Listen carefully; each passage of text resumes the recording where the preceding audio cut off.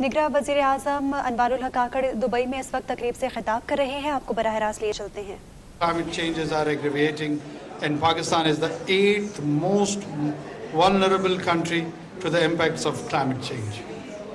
Pakistan's climate challenge is primarily a water challenge. We are at the receiving end. This is our challenge, we all know. We must realize that the majority of Pakistan is part of the Indus Basin. And to adapt Pakistan to climate change, we must adapt the Indus Basin to climate change. The government of Pakistan is clear on its priorities. With Living Indus, this umbrella initiative emerged from extensive consultations with stakeholders, resulting in a set of 25 living interventions that emphasize nature-based solutions and ecosystem-based adaptation approaches. But more important is that the Living Indus initiative seeks to mobilize a movement that repairs and restores a healthy Indus for today and tomorrow. And here we are to collaborate and give voice to our river. The Indus River needs a voice, and we are here to be that voice. Ladies and gentlemen, the Indus feeds us, and if we don't take care of it, it will not be there to take care of us. This initiative suggests that we need a minimum indicative investment between 11 to 17 billion US dollars over the next 15 years to mobilize from the public sector, private sector, citizens and communities. This will come in pieces, we understand, especially as Pakistan is facing a financial challenge. WWF, USAID, the Coca-Cola Foundation, and the Green Climate Fund for successfully developing the Recharge Pakistan program, the first concrete step towards Living Indus. This flagship project, with an international climate finance of nearly $78 million, is central to our efforts in reducing future flooding and drought impacts.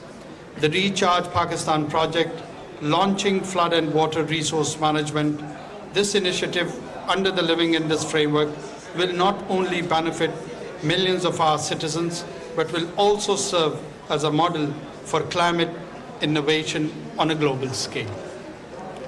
Well, I don't thank you prior to speaking my heart over here, and then I'll thank you, and we'll leave. This entire journey to be here and participating in COP28 has been an amazing one for me personally. Well, the science is there. I've been hearing about global warming, climate change, and started reading about it, learning it from people like Dr. Adil Najam and many more, listening to it. The discourse around climate change, I feel, is matured a lot. We have, and under the umbrella of the science, empirical evidence is the buzzword.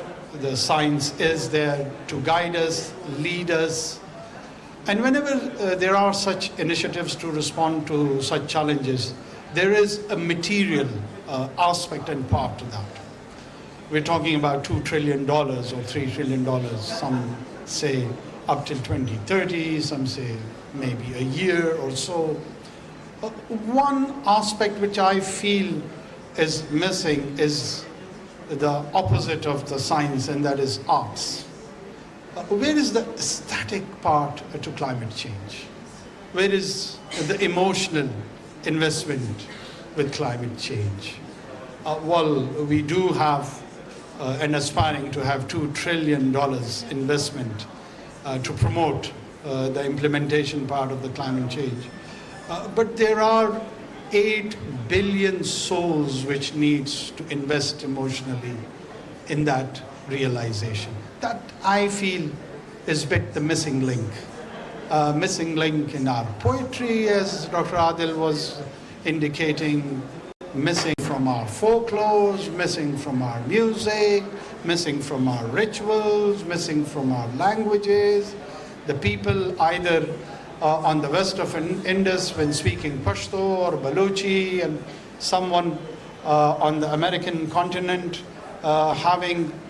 expressing themselves in the indigenous tribal languages, and how do they view all of them? This one initiative of not putting a plastic bag do not require $1 trillion investment. All it needs is an inspiration, a thought, where I feel the emotional part or the investment part is a bit of missing link. Are we thinking on that side? Is there a realization? Is it part of the conversation? Or it should be the part of the conversation? I think so. We should bring in all the nuance which is very much needed. It should be advocated by the activists, by the civil society, by the NGOs, by the scholars, and eventually some non-aesthetic entities of governments like myself too can follow the footsteps. So yes, it is an existential threat. There is all the conspiracy theories revolving around that idea that it is just a hoax created by experts like Dr. Adil has been buried, and they are all in the grave, and he's just a living and dignified example, just like our Living Indus initiative, and the rest is gone. But we do need, in my humble opinion, to club this with the artistic part of it, with the emotional side of it. And it all seems more mechanical. It seems more ritualistic. People only talking about the project terms. People only talking about the frameworks. People only having conversation around these ideas, which probably is needed and required. And I am not against such structured approach at all. But we human beings, we want fun, we want color, we want festivity. So there has to be something created around this whole idea of implementation. And this is one area which I feel that I should express my thoughts, what I think about it, and let's all become committed climate change global citizens. We have to have a new form of order which has a status of religion associated with climate change, with diversified faith groups, with diversified ethnic groups, with diversified linguistic groups. One degree which is giving us a new identity to the mankind is our following towards the commitment to climate change. I thank you all. वज़ीर आज़म ये है असल में बात, जो मुस्तकबिल है वो ये है, वो सब सुन लें, सब देख लें। पाकिस्तान अगर आबाद होगा तो इससे होगा। ये है वो जनरेशन जिसने इसको खड़ा करना है, आगे बढ़ाना है। हमें इन पे ही तवज्जो देनी चाहिए, हमें इन पे ही फोकस रखना चाहिए, और ये वो कंधे हैं जिन्होंने इस बोझ को लेके आगे चलना है। सो वंस अगेन बहुत बहुत मुबारक हो, आपने हमें जो है हमारा सर फख्र से बुलंद किया है, अपने पेरेंट्स का किया है, पूरे मुल्क का किया है, तो you deserve a big applause. आपको बराह रास्त ले चलते हैं।